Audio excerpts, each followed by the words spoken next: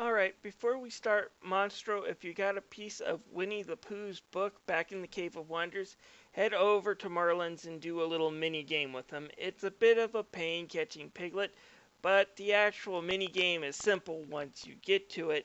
And if you get enough points, you'll get a nature spark, which will turn to Bambi summons if you talk to the fairy godmother. While most summons do indeed stink, Bambi does not. Don't get me wrong, you don't want to summon him in a boss fight or a critical moment, but normal heartless fights that you're trying to grind on, he's perfect for. He refills your magic, and if you kill enough enemies with him around, he'll drop potions and even elixirs sometimes. Anyways, when you're ready, warp to Agrabah and then head south to get to the next area in the game, Monstro. Sora's ship gets eaten by the whale, and once you do and get back in control, go to the boat and dock to Geppetto. Next thing is to follow Pinocchio into the bowels of Monstro. Anyways, you will start in the first chamber. Head to chamber 2, go through here to chamber 3.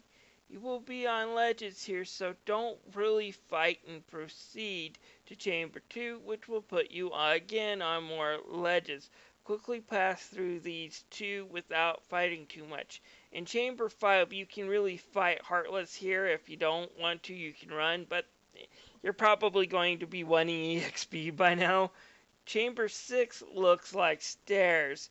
Don't fall off them and then climb up a ledge or two to chamber 5 again. This time you'll be on a very skinny ledge. I know it looks like you're on stairs, but it's actually a very skinny ledge, so don't fall off.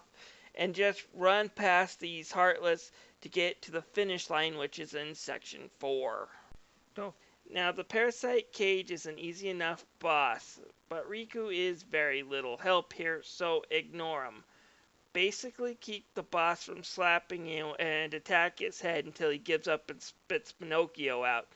Go down the hole which he leaves and open a chest right after a cutscene for the high jump ability and equip it right away. It costs 0 AP and it's a useful, helpful ability.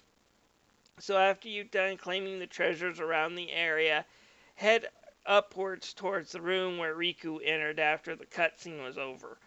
In the next area, jump up from platform to platform until you reach the very top, and you'll be fighting the Parasite Cage again. This time he's a lot harder, but he's not too tough. Watch out for the acid that's around the area, because it will drain your health. But for the most part, just smack him in the face. This time, though, he will fall down, and when he does that, his stomach will be open. Smack it for magic and health orbs to keep yourself well healed. And keep attacking him until he gives up the ghost, falls over, spits out a heart, and then boots you out of the stage.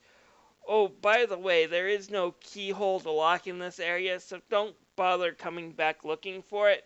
Plenty of other things like puppies and Winnie the Pooh book pages, though, so it's handy to come back here once you have the high jump and float ability.